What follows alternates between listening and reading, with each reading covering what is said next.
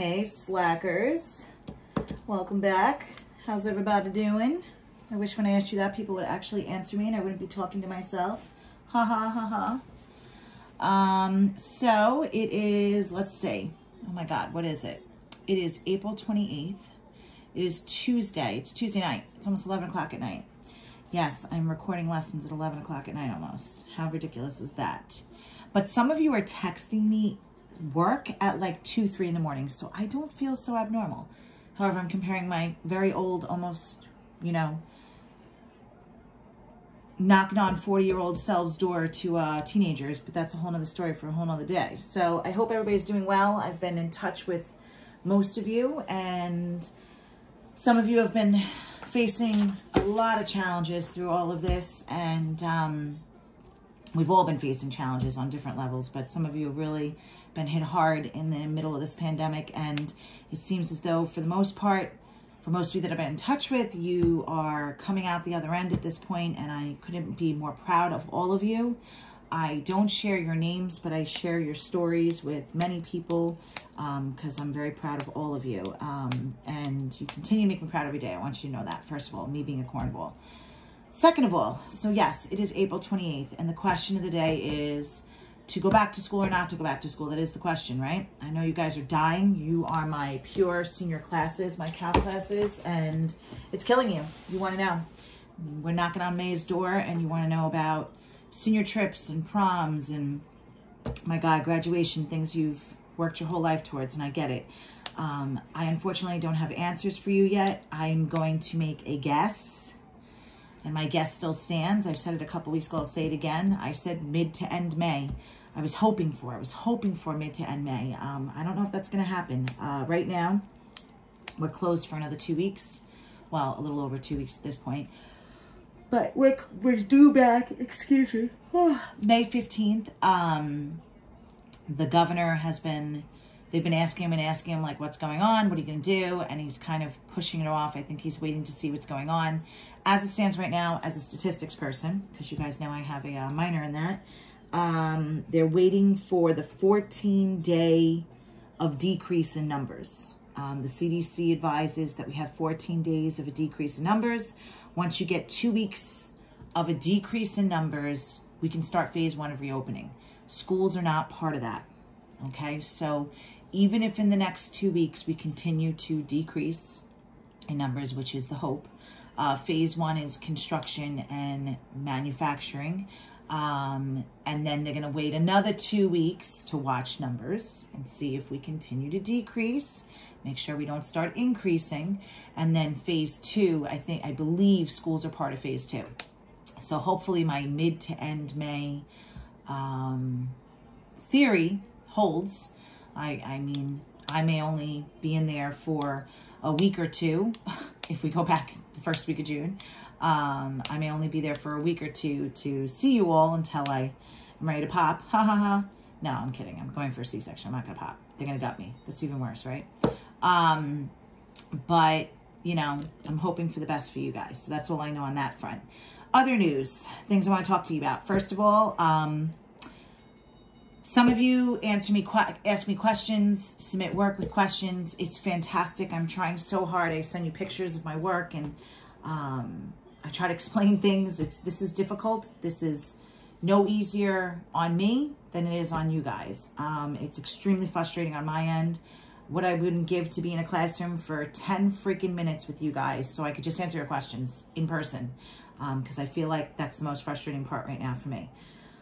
I appreciate all of you many of you have reached out to me about how I'm one of the very few teachers, or the only teacher, that's putting up videos of myself teaching instead of just posting random things from YouTube or whatever from the internet.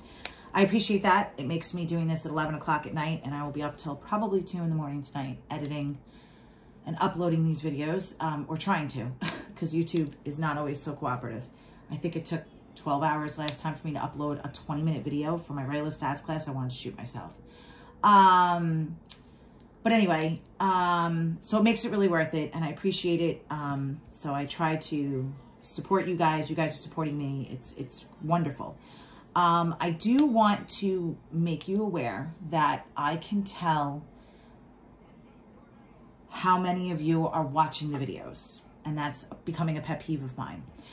Because they're on YouTube, I see views. So what I'm noticing is there's a trend, you know. Towards the end of the quarter, the views become increasingly larger because you guys are making up work, number one. Number two, it seems like before a graded assignment, everybody's watching that one video, the graded, you know, the before the graded assignment. So you're just watching the review and handing in the graded work. And if that's working for you, fine. It's not really learning. It's wasting my time and yours. And it's completely frustrating, but some of you are doing that. And how can I tell? Because the other videos have like 15, 20 views, and I have 45 calc students. So I know half of you are not watching them at all. So it becomes frustrating to me when you're sending me things in the middle of the night before grades are due, asking me questions, telling me you're lost, and you're not watching the videos. So now that we're at the beginning of fourth quarter, I'm going to ask you guys, as hard as it is, especially in this situation where we're not in the classroom, I can't motivate you, I can't smack you around in person, use my good humor and wit and charm to get you to do more. And I get it. It's very hard to motivate you in this kind of situation and for you to motivate yourselves. But I'm really, really asking you guys to try and hang in there with me a couple more weeks. Let's get through this and let's start the quarter off right this time. It really wasn't your fault how it all unfolded last time. We, in the middle of the quarter, left school. A week later, it was like, hey, look, we're doing online stuff. They didn't really tell you guys for a couple of weeks. Kind of left it on us to call you and tell you. You guys were hearing from your friends and whatever and hearing through the grapevine. And it was chaotic, and I get that. So I'm going to give you the benefit of the doubt. But now we know what we're doing.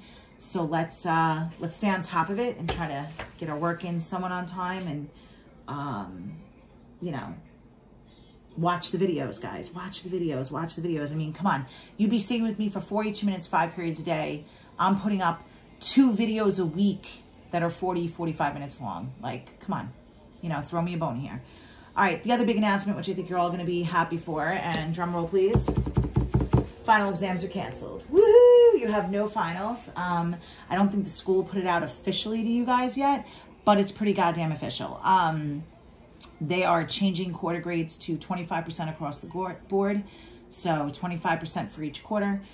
You're not going to have a final exam. The reason why they made this decision is the college level courses, your class in particular, college has canceled finals. There's no way to assess and make sure that there isn't cheating going on and things like that. So college has canceled finals. So if we're doing that, then in classes like mine, we're definitely canceling them. Also, regions were canceled by the Board of Regents. I think the only exams that are running right now is some of you are seeing this situation in other classes, AP exams. They're doing it in a different format, I think, but they're having some AP exams. So we're teaching, I'm teaching, you're learning, yay, all the way to the end. So let's embrace this madness together. Okay, so that's what I got for you, my little few minute Sicaro shpick, okay? And let's rock and roll. So this is the last new thing we're going to learn on definite integrals, antiderivatives. So I haven't done this in a while. When you hear antiderivative or integral, what do I want you to think of? Area under the curve. Very good. One more time. When you hear antiderivative or definite integral, what should you think of? Area under the curve. Very good. Very good. Okay, so when you hear slope, what do I want you to think of? Derivative. When you hear derivative, what do I want you to think of? Slope. Right. These are things I want you to remember. Okay. It helps you keywords when you zone in, when you look at questions, you zone in on keywords. Okay, so let's start out going over some of the homework questions because I've gotten some questions on it. I specifically want to do 7 because I feel like that was the trickiest one. But I asked you to do 1, 3, 5, and 7 from that textbook handout, page 295. I believe it looks something like that. Okay, so we're down here. Basically, it asked to use the trapezoidal rule for 4 equal subintervals. It said something about concavity. Tell me if it's an over and under approximation. I don't really care so much about part B, I'm going to be honest. Part C says find the exact value. Okay, so we have 1, 3, and 5. I'm thinking you probably struggled the most on 3 or 5. 1 was kind of basic because it was just an X, so it became, you know. Okay, so let's just roll with it. I'm going to do 3 Let's start with 3. I'm going to do 3. I'm going to do 3. Okay, so for number 3, and this is from the textbook handout, page 295, and it's homework, okay? So number 3, and I will show you the answers for the other ones, okay, my darlings, just like if we were in class. 0 to 2, and it's x cubed dx. All right, so add 1, I'm sorry, look at me jumping right to part C, finding the exact value. I'm so used to seeing an add derivative and going, add 1, put it over that number. We're doing trapezoidal rule, the big old capital T, or Theorem. Remember, there's 2 formulas for trapezoidal rule. You have this funky little h over 2 thing, and then it's the first y plus the last y, and it's 2 times all the middle guys. Okay? Or, handy dandy, which most of you prefer, LRAM plus RRAM divided by 2. Now, I saw some of you doing both. Kind of as a check method, I think, is what I was getting from you guys. But just so you know, you don't have to do both. You can pick one that you like and stick with it. I show you both because some of you are like very formula-driven people, and you're like, okay, I get it, I like this one. And some of you are like, nah, I already know LRAM and RRAM, so I'm just going to stick with what I know because that's easier. So I show you both just so that you have it in you have the option to choose which one you want to do. All right, so I will do both again. So for trapezoidal, for this h over 2, remember the h is what we've been doing all along. They want 4 equal subintervals, yes? Yes, n equals 4. So we're going to do top minus bottom. You divide by the n. So 2/4 is a half. Now that means that h over 2 then, my h is a half, divided by 2 becomes, multiplied by the reciprocal, 1/4. Is everybody okay with this part? Okay, so that's my h over 2. All right, and then we have first y and then 2 times all the middle guys plus the second y. So we need our y values. And we actually need to go from 0 to 2. So we need an xy axis. Okay, and if I want to go from 0 to 2 and divide into 4 equal parts, that is this part right here. It means I'm going by halves. That's what we've done all along to figure out our x's. Top minus bottom divided by the n. Top minus bottom divided by the n tells me what my x's are going to be. So we're going by halves. 0, half, 1, 1.5, 2. So we're okay with this part. Here are my 4 equal trapezoids. Now if I take these x's and I plug them into x cubed, meaning 0 cubed is 0, 0.5 cubed is 0.125, 1 cubed is 1, 1.5 cubed is 3.375, and 2 cubed is 8. So again, I just take this by plugging it into the function. So, Theorem, trapezoidal rule. It's really not called Theorem, I just make that up myself. You have h over 2, first y, and the last y, 2 times the middle guys. So 2 times the middle guys.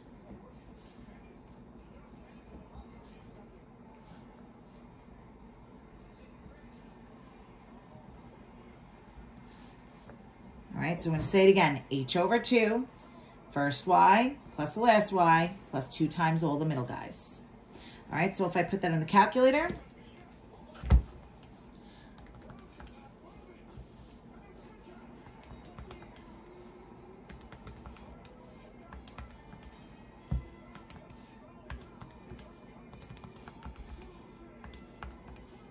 there it is, ladies and gentlemen, 4.25.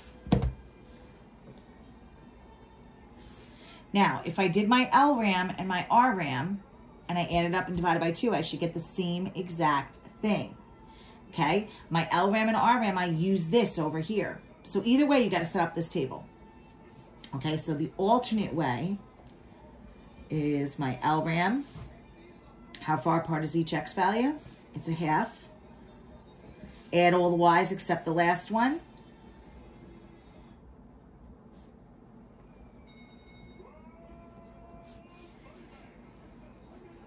And then I'm just going to set up my RRAM while I'm here. A half. Add all the y's except for the first one.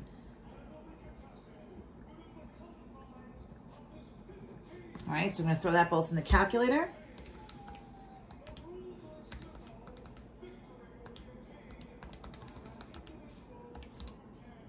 I get 2.25 for my LRAM.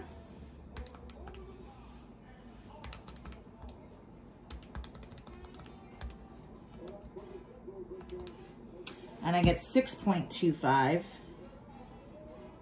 for my RRAM. So the trapezoidal is add these up and then cut it in half.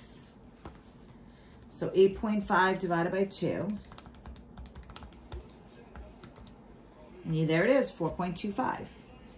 Now again, I saw some of you doing both. You don't have to do this. You could pick one or the other. I don't care which one you do.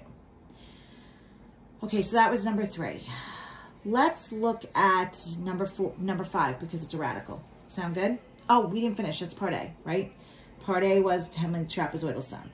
Part B is an over or an underestimate. So where does that come from? They're referring to concavity. If I look at the graph of x cubed, you guys know I'm a visual person, so to me a picture's worth 1,000 words. There is my x cubed. Now, if I'm going from 0 to 2, I'm talking about the area under the curve here. This is concave up. So would it be an overestimate or an underestimate if I imagined my trapezoids? It would be an overestimate because it's concave up. Now, part C says, hey, listen, can you actually find the exact value? So actually integrate it. That's what I almost did by accident in the beginning, right? Add 1, put it over that number. Then we plug in top minus bottom. What's 2 to the 4th? 16. It's late, guys. Don't let me make mistakes. You're not here to call me on it. 16 divided by 4 is 4. And this is just 1/4, right? Careful of that, by the way, because 2 to the 0 is 1. So 4 minus 1/4 is 16/4 minus 1/4 is 15/4, which is 3.75. Pretty damn close. Pretty darn close. By the way, I had an error in my answer key. I sent a couple of you my answer key. And why? Because if you put, oh, no. Look what I did wrong. My answer key is not wrong. This is wrong. This is why you shouldn't do math at 11 o'clock at night, my darlings. Look what I did here.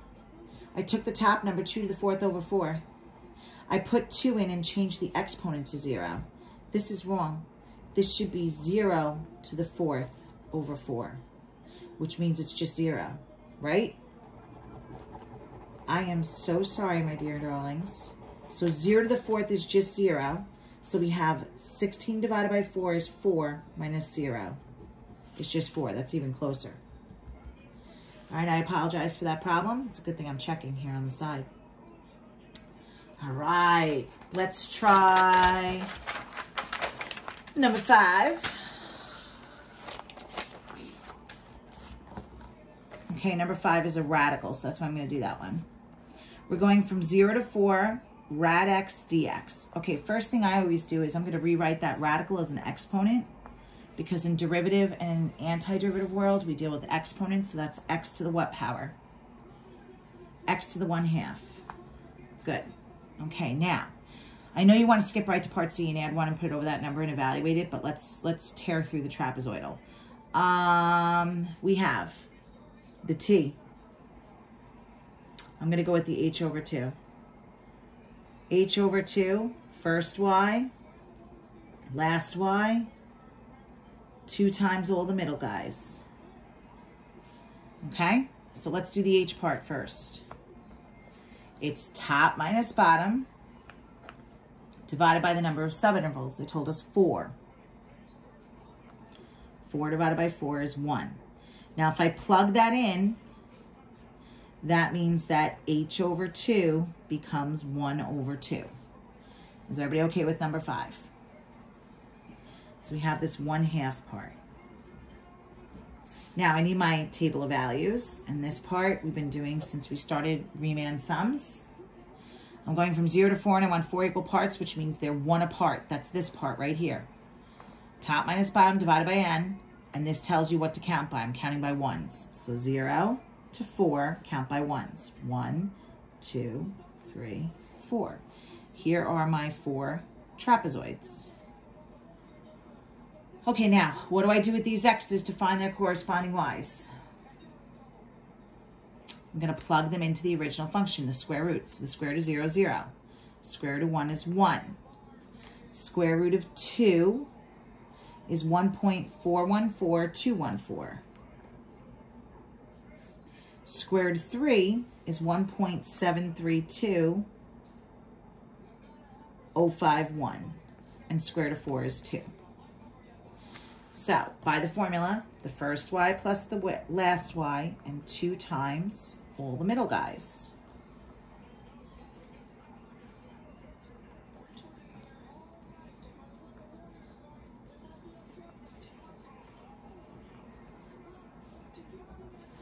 Okay, now if I put that on my calculator,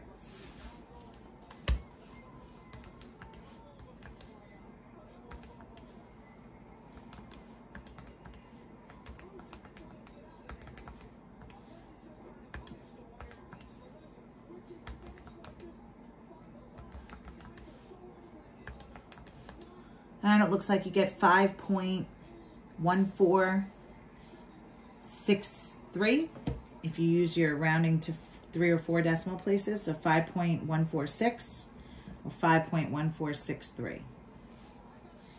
Now, I want to know, this is for part A, by the way.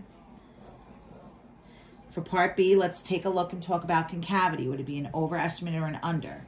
So now if I graph rad x, and remember, I'm going from 0 to 4. This is concave down, so my trapezoids would actually be an underestimate.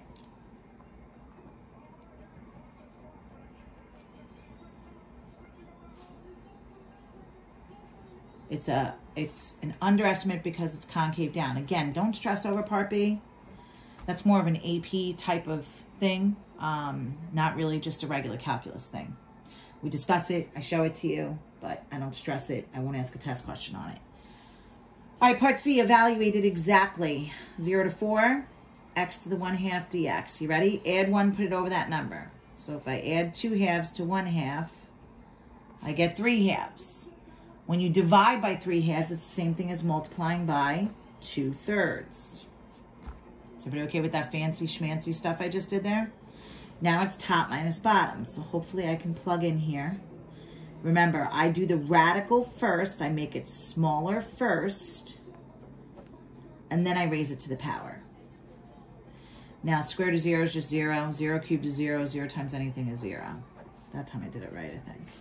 Square root of 4 is 2. 2 cubed is 8. 8 times 2 is, I believe it's 16/3. And that comes out to 5.3 repeating, which is pretty damn close considering that's 5.14. Okay, my darlings, and again, I did the formula. I tend to do the formula, but you can also do LRAM plus RRAM divided by 2. All right, guys, let's take a look at the last one, number 7.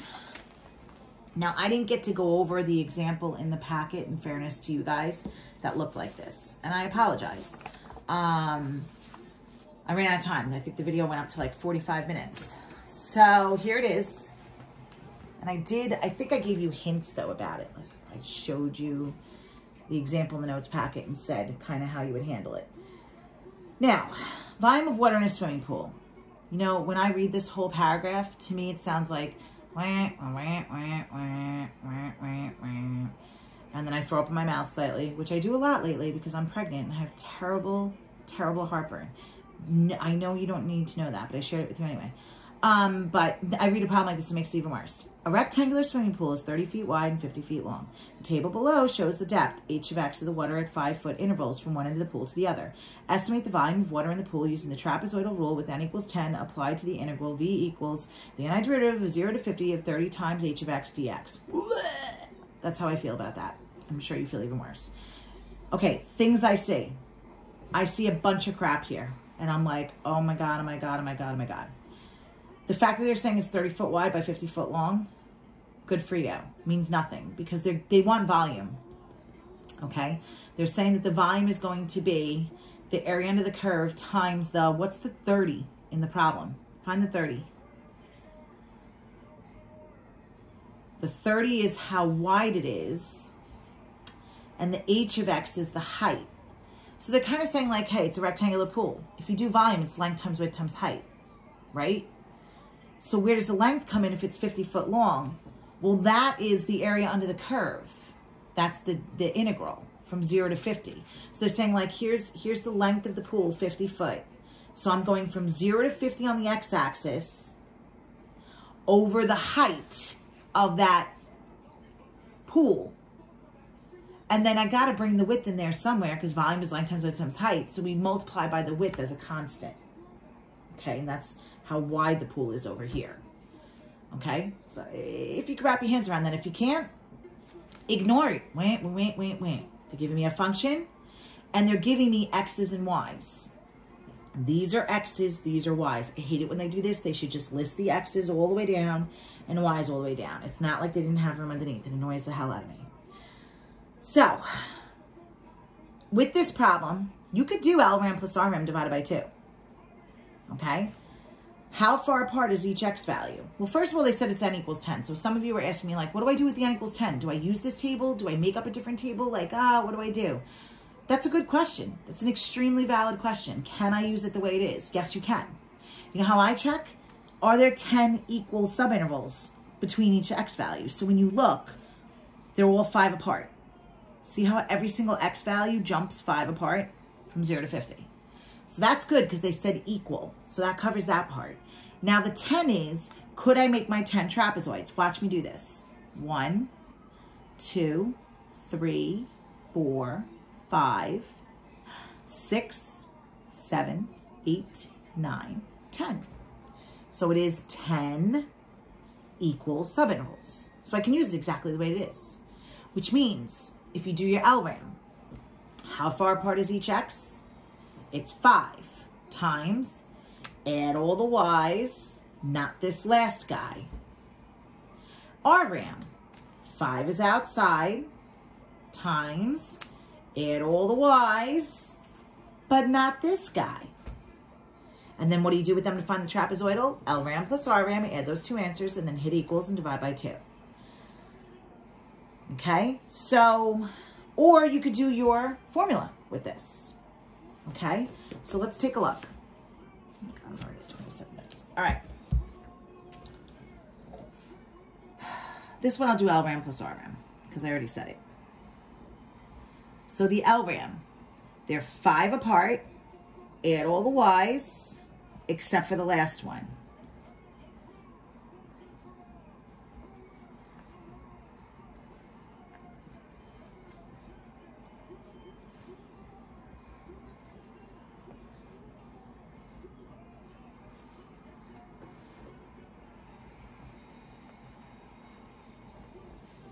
Okay, and then the RRAM is still a 5 in between each x value.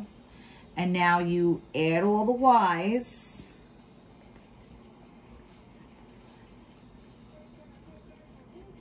except for the first one.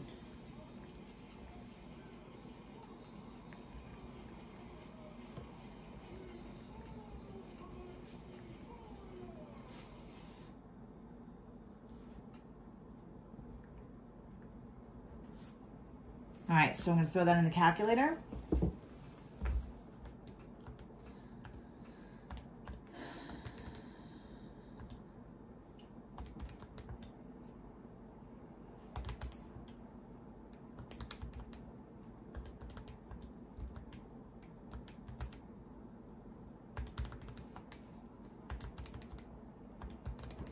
LRAM, add all the y's except for the last one. Wham, bam, thank you, madam. I get 515.5. Now my RRAM, I'm going to be mad lazy here. I'm going to keep it the way it is, and I add all of them except for the first one. So I go back to the beginning, and I'm going to delete 6, and then I go to the end, and I'm going to add on the last guy. Now, I also sent out in Remind the link for free calculator download of this calculator, and you can download it on a device, an iPad, a tablet. It's 550.5, by the way. Your computer, your Mac, whatever you have at home, if you have that, or even a Chromebook. And it's a 6-month free trial. Okay, so hopefully that helps some of you because I know you're struggling. So your trapezoidal is, we add these two and divide by 2.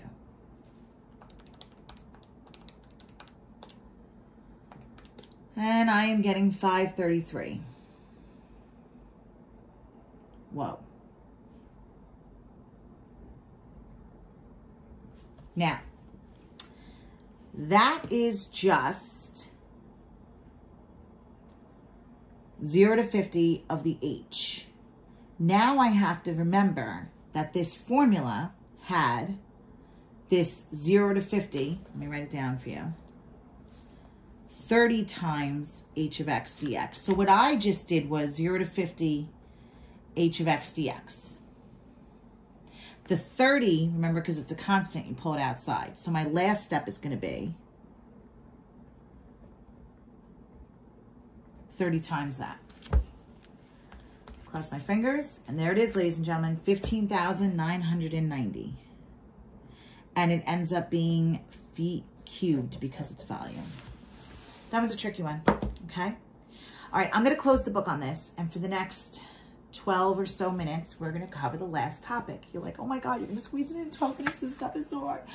This is the easiest thing we're going to do. Easiest. Easy like Sunday morning. I saved the best for last. Trust me, my darlings. Okay, so clean slate here. So we did all this. We did all that. You have a new notes packet. I put it up for video lesson 13. And it looks like this. Yes? Yes, yes, y'all? All right, let me just get set up here. I'm going to write. And this is more for me than you guys, because you guys ask me questions or whatever, and I go back through to look for what I wrote and what my notes are and where my work is, so it helps. Okay, so homework is exactly as it's typed here, page 286, 35 to 45 odd. This is your homework.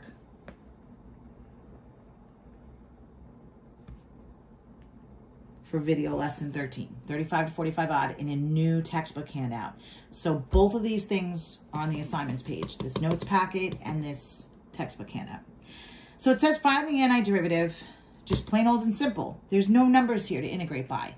So remember, when there's nothing to plug in, when there's no top minus bottom, after you add one and put it over that number and simplify, everybody, what do?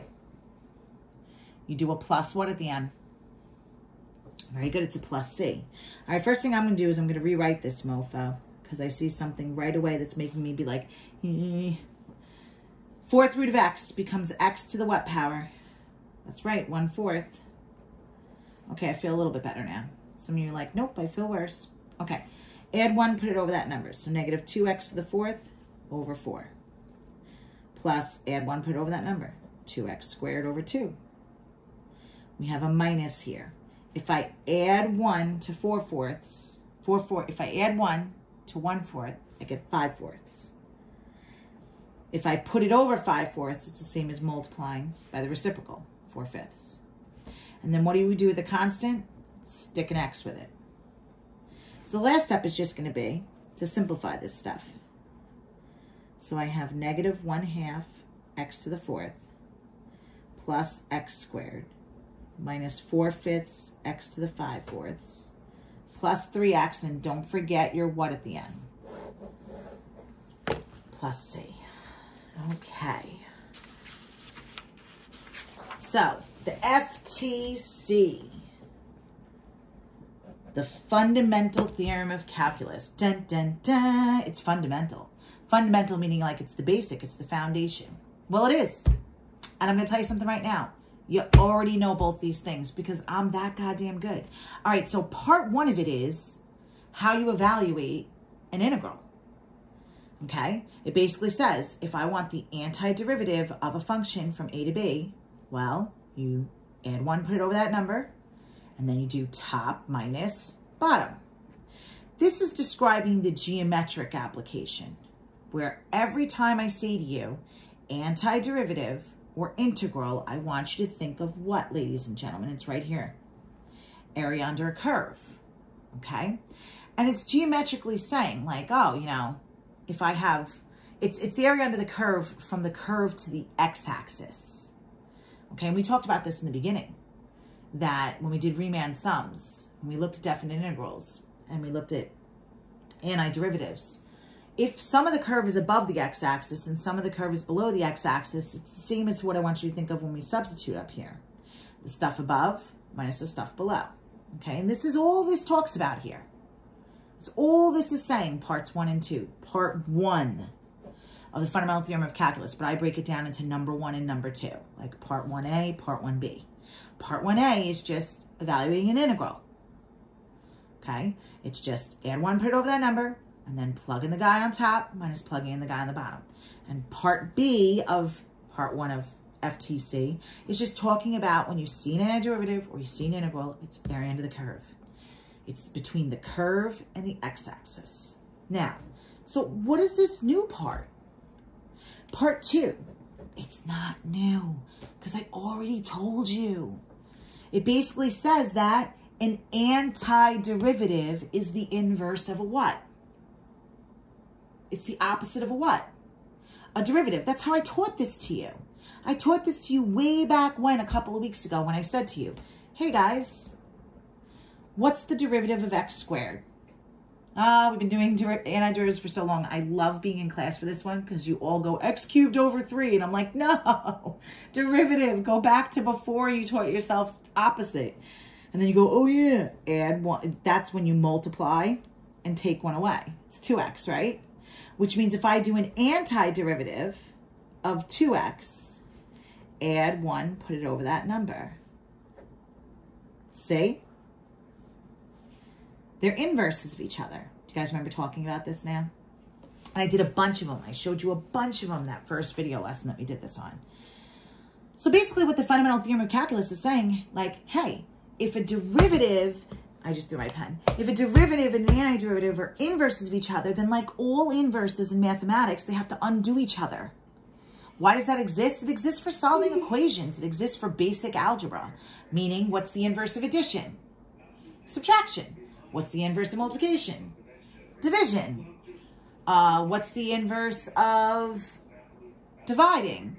Multiplying, okay? We use that for solving equations because if I have 2x equals 10 and I want to get rid of the 2, I divide by 2 on both sides. Well, this is the same idea. If I have an antiderivative of a function, but I take the derivative of it, well, the derivative and the antiderivative cancel each other out. The trick is, what do I do with these mofos here? What do I do with the integrals that I'm integrating by? This a to the x. Well, there's a couple of little things there that you got to be careful of. The basic rule is you take the mofo up top, you plug it in everywhere you see the variable, and that's your answer. F evaluated that guy up top, x. So one more time. The derivative and the antiderivative, what do they do to each other? Because they're inverses. They cancel, and then you take the guy up top and you plug him in, and that's your answer. Okay? And there's a couple little be carefuls. Hashtag careful. Hashtag careful. The variable always has to be the guy on top. So if you look at example 1, I have negative pi to x, and I know this always kills you guys. Pi is not a variable. It's a number in disguise. It's 3.14159. It keeps going. It's an irrational number. Always make sure that when you're doing the derivative and antiderivative and you're using fundamental theorem of calculus, that your variable's up top. As long as it's up top, the derivative and the antiderivative, they cancel out. And then I take this mofo and I plug them in. Now, derivative and antiderivative cancels. And remember, this is derivative notation here, so that part goes away too. So the answer is just cosine x. Easy like Sunday morning. Okay? Now, let's look at this one. Very simple. Make sure the letter is up top. Is the variable up top? Yeah. So what's the derivative and the antiderivative? What do they do to each other? They what? They cancel out. That means this guy goes at the end too, because that's derivative notation. And then what do I do with this x? I plug him in everywhere I see t. So 1 over 1 plus x squared. That's your answer. They undo each other, so you're left with just the function evaluated at the upper limit. Now, here's another hashtag be careful. This is not just an x. Now it's an x squared. This becomes like your brain on drugs. Okay, this is like chain rule of derivatives, which you all love. Didn't you love that I made the extra credit assignment chain rule since it's your favorite thing? So how do I deal with this? Just like you do with the chain rule, okay? Basic, find the derivative of an antiderivative. Well, what's the derivative of an antiderivative? That's what they're asking you to do. Take the derivative of the antiderivative. What happens with the derivative and the antiderivative? They do what to each other? Cancel, which means that goes too because it's derivative notation. And then I know the x has to be on top. Is the x up top? It is. Good job. So I'm going to plug it in everywhere I see the other variable. The problem is, what do I do since it's not just x? Well, the last step is you multiply by the derivative of this. So what's the derivative of x squared? That's right. Multiply, take 1 away. It's 2x. So the answer is just 2x cosine x squared. So again, if it's not just an x, you still follow the same rules, substitute it in, but then you have to multiply by the derivative of it. It's the chain rule. Remember chain rule? Do the derivative of the outside, keep the crap in, times the derivative of the crap. So that last step is multiply by the derivative of the crap.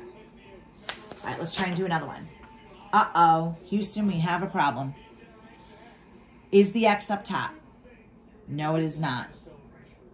So if they ask me to find the derivative of, an antiderivative, now I know by the fundamental theorem that the derivative and the antiderivative cancel each other out. But, and it's a very big but, I need this guy up here. So do you remember what you do when you rewrite that? What happens when I put the bigger guy up top like it's supposed to be? What do I pull out in front? That's right. You pull out the negative out in front. Okay, so that's how you get around that and you correct it. So now, derivative and antiderivative, what do they do to each other? See ya, wouldn't want to be ya. The dt goes too. Now this guy up top, which is just an x by itself, so I don't have to worry about chain rule. I'm going to plug it in everywhere I see t. But don't forget, out in front is a what? A negative. Okay, now, before I get to example 5, I feel like there's a couple little simple ones here.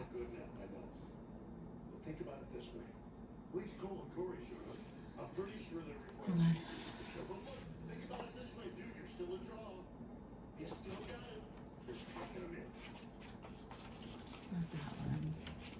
Not that one. I'm sorry, guys. Hold on. I just want to look at my notes for a second. Yeah, that's what I thought. We're not doing example 6. That's an AP Cal question. Omit this. I just wanted to double check before I actually said it. All right, take a look at 7. Okay? Couple things to see here. Taking a derivative and an antiderivative. So I know derivative and antiderivative, what are they going to do to each other? They're going to cancel. Check yourself before you wreck yourself. Is the x on top? Check. Yes, it is. Is it just an x to the first power? Check. Yes, it is. So let's just roll. Derivative and antiderivative cancels. dt goes. And everywhere I see t, I plug in an x now. Wham, bam, thank you, ma'am. All right, let's keep going. I'm going to go back to that other guy in a second. Ah, here we go. 1 to the 5x. Now, is the x up top? Yes, it is. Is it x to the first power by itself? No, it is not. So this is the chain rule. Gotta be careful. Derivative and antiderivative cancels out. That means the dt goes too. First step is follow it the way you know how to. Everywhere you see t, plug in a 5x.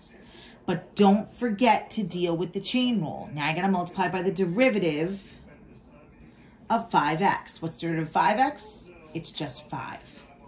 So the answer is 5e to the 5x. Alrighty, one more. Is the x up top? No, it's not. So I'm going to rewrite it. And when I do that to fix it and make the x up top, what do I pull out in front? A negative. What happens with the derivative and antiderivative? See ya, wouldn't want to be ya. And everywhere I see t, I write a what? An x. But don't forget it's negative. So what the hell goes on with this problem? If you go back now to example 5, and I saved the worst for last. I have x's on the top and the bottom. What do? You follow the rule of antiderivatives in this case. You do everything we've been doing except for its top minus bottom. You follow that golden rule. Top minus bottom. It's part of the fundamental theorem of calculus. The stuff above minus the stuff below. So I'm going to do